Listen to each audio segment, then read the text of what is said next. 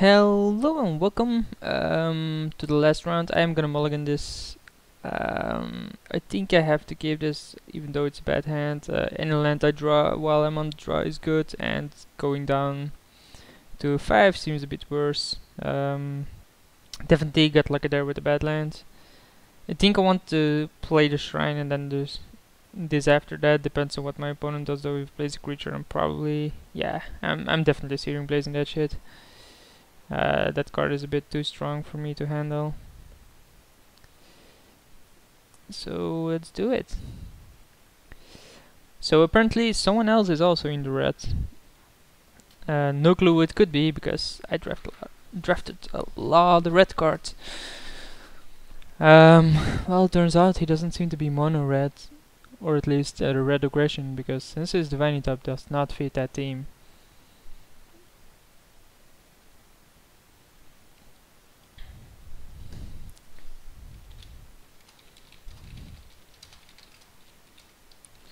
Sorry for that.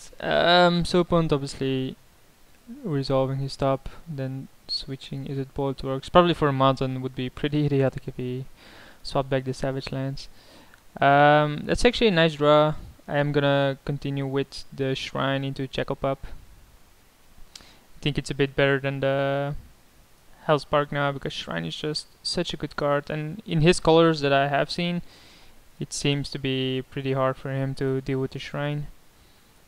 But he's also blue and savage land. It's such an odd. Wow, that's a really good card for him. It's gonna deal 4 to me as well. I can't get through it. Obviously, Hellspark is pretty good here. Okay, land. No, Hell's Thunder is probably even better.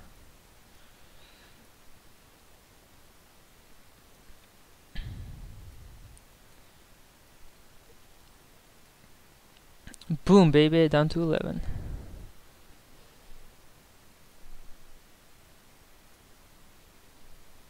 Yeah, of course it dies. Don't actually care that it dies. I don't think he's gonna attack with the Flame Tongue. I don't think he can afford to, but I wouldn't mind if he did. It probably would mean that he has another creature of some sort though. Makes it a bit more difficult. Spike Shot, yeah, not that great of a card actually here. Just because I have no pump effects, I have no equipment to use it on. If you have an equipment, then this card is nuts. But as long as you cannot pump the power with the Teetering Peaks, it's pretty bad. Like if you draw Teetering Peaks, you can just Teetering Peaks, Spike Shot, and then kill this and attack for 3. Which makes it really, really good. He can't have Time Warp, so it's Mystical Tutor for something. Which you can get with the Senseless Divining Top, so gotta keep that in mind.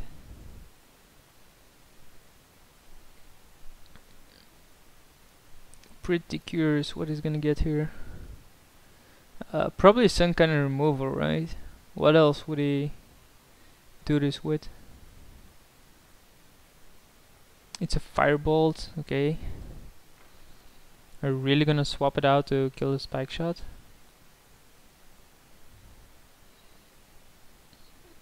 Nope, he's gonna do something else.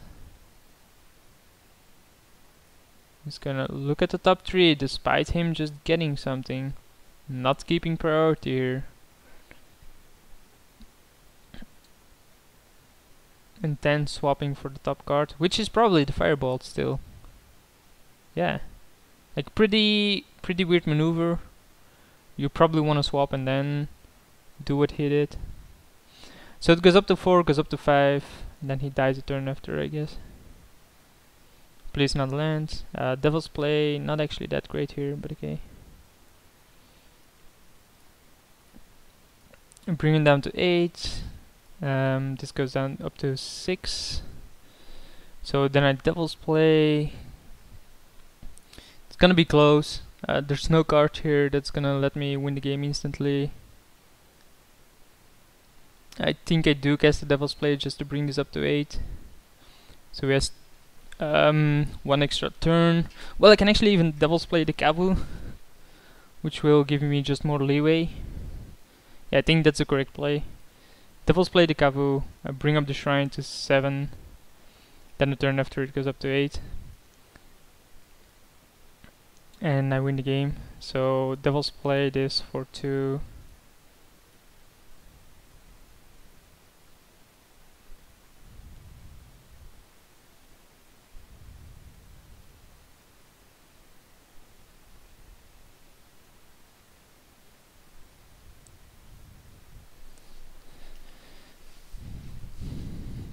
And then he needs a full turn to deal me 8 damage, or get rid of the shrine, of course.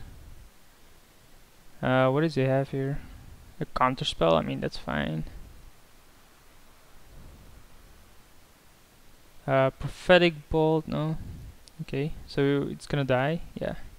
Nice. So it can't be repealed, we already saw that. He needs an answer against the shrine right now. Which he might have. It's something big, that's for sure. 7 mana. Is it upheaval? Nah, it's an X spell. It is upheaval.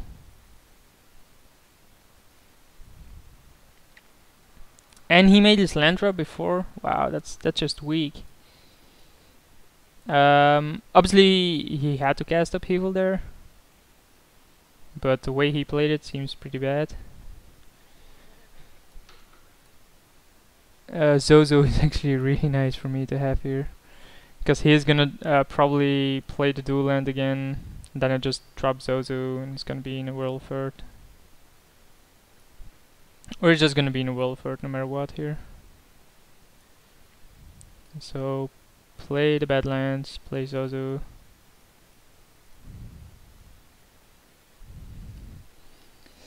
That should do it, I think. Not allowing him to drop lands unless he gets rid of this card. Hitting him for 2 every turn. I can even play this, but I don't think I will.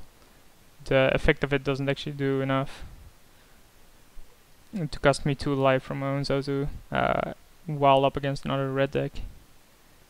Upheaval, huh? Yeah, not the greatest card against me. I mean, it did save him, because else it would have been dead to the shrine. But even so. So he does have the removal for it. It doesn't. He's actually gonna take 2 here. Yeah, okay.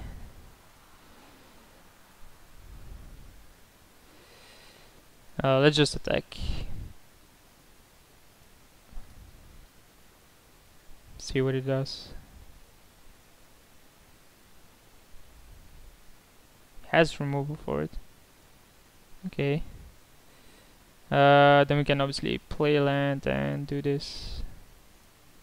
You might say, why do you play that? Well, first of all, it pumps a shrine, which isn't actually a deal, an issue here, or actually relevant, unless he has life gain in these colors, which seems unlikely. But the fact that another creature comes into play and deals damage to him is actually really good as well. Shrine's just gonna kill him here outright anyway. Yep, there it is.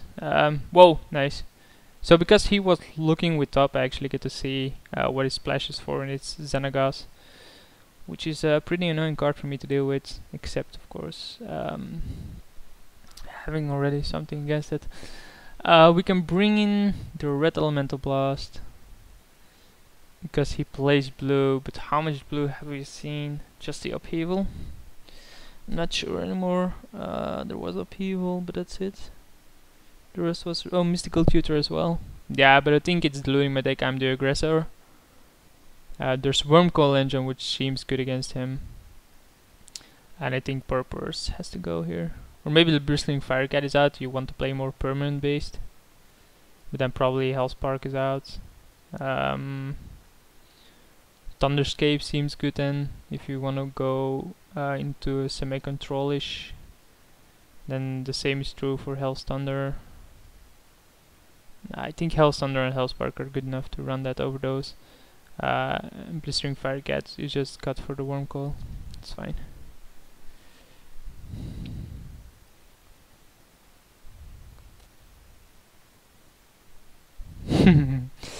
God damn it.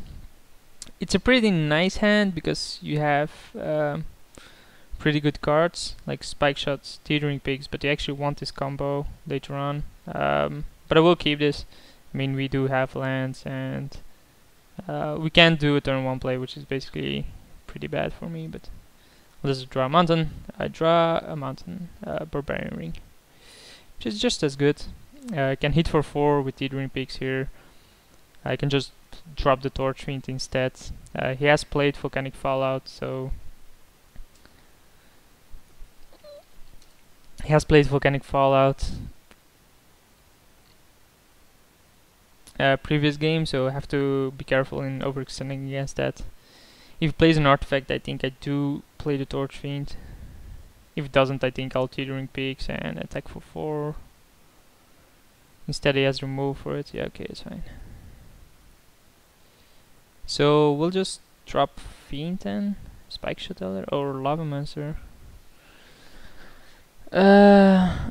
Think we want to play the Fiend.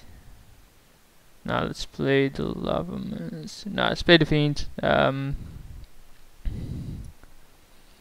It does stop some of his artifacts that we have seen. We saw Everflowing Chalice, we saw Top, which obviously has no use. Now there's Figure of Destiny, which is really nice for him to have. I think I am gonna kill it with Riftbolt. Nah, he can't actually. Okay, let's first attack. See what he does.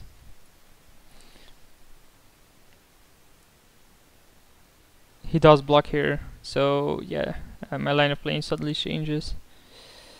I think I will cast the Lava Mancer here.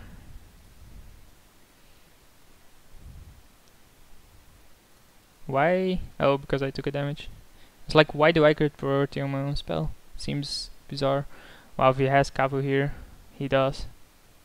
So he swapped. No, he has Dungeon Geist. Doesn't actually matter because I have the Riftbolt for that. Mountain, nice draw. Cast on this. So yeah, Grim Lava Mancer suddenly live. Spike Shot Elder with Teetering Pigs counts as a removal. Grim Lava Mancer is a removal card, so I think we have full control here. Unless he has some really broken cards coming up. Seems unlikely. And it is. Dum dum dum dum. Oh, Flashback Firebolt. Yeah, okay. So I think we play the Hellspark here. Just smash for 3. He obviously has more cards because he gained value with the Firebolt. But I'm gonna have some value with Lava Mancer normally. Why does he have so many more cards? He was on the play even. What's this? 6 mana? Oh, Chalice for 3. Yeah, okay. That could bring about a really big. That couldn't bring about a really big upheaval, but even so, I'm not that scared of it. I'm gonna keep the Lava Monster behind. If that is all he could do with 6 mana, he has to draw a really good card.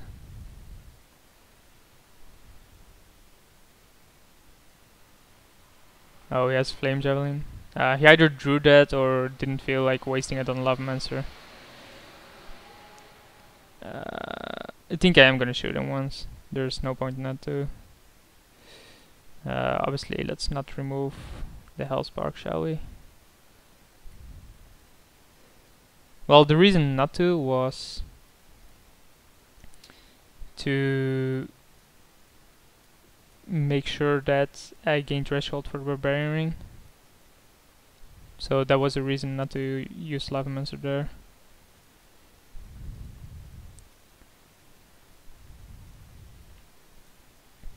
So these are his exile, these are mine. We still have Chain Lightning here. He has plenty of mana. Flame Tune Kavu. Yeah, in response to the come into play, I'll just shoot it now. So kill this. Doesn't matter what I actually remove, so don't think he's playing Buried Alive. The Living Dead, or what's it called? Don't want to be casting Chain Lightning, seeing that they can copy it, and I cannot copy it plenty enough. Only 2 cards in my graveyard, so Barbarian ways off to becoming something. Chandra Pyromancer, that's actually really annoying. Yep, so he's gonna generate a lot of card advantage with this card. And he got a land, which he played. Another mountain, yay me. I can Chain Lightning him, redirect. If he redirects to me, I kill Chandra. If he doesn't redirect, I just waste Chain Lightning, so no point in doing so. I think I have to keep giving him the card advantage here and hope I draw something else than lands. He seems to be healing a lot of lands as well, but I have no clue what his deck is about. Lava Cloud Reach is actually one of the best cards I could get here in this situation, with the amount of mana I have. Just bomb this to infinity. It's hard for him to remove this. He reveals Volcanic Fallout, so yeah, he can cast that, but he can only cast it during his turn, right? You may play it this turn. Has a Spell Kite, so that's a blocker. We'll animate this.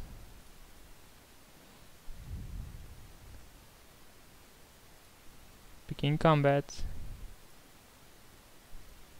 Take your face. Doesn't block, so let's bump it.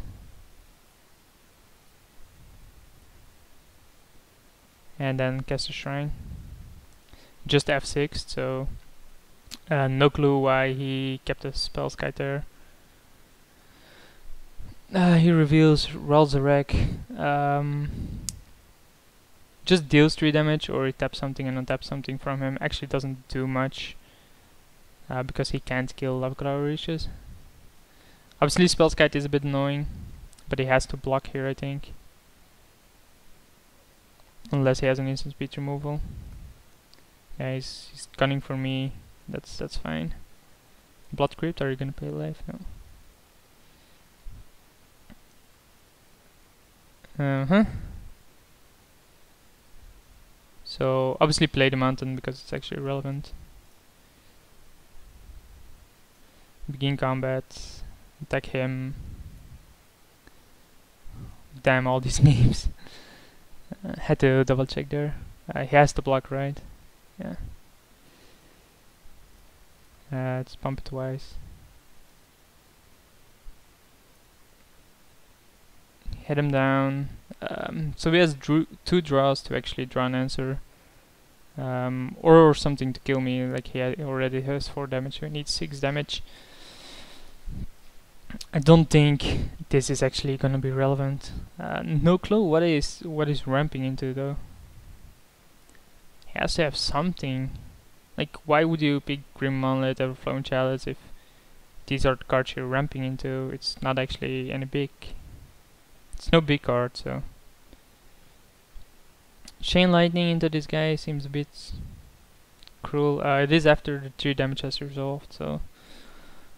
If I first Shrine and then Chain Lightning, he never gets the option to copy it. But then obviously Lava Cloud Reaches will shrink. If I want to pump to 5 without anything else, I need 1 more mountain. He's thinking about it.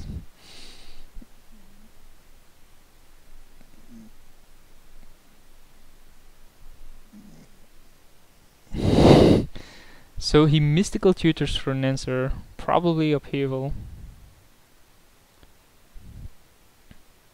But then he dies, right? Oh no, he has plenty of mana to play these cards. No. What? He sideboarded out upheaval then. Okay, so we go 2-1.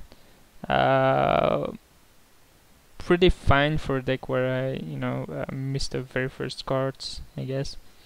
And was fun. Hope you guys enjoyed it as well, and I'll see you guys for the next one.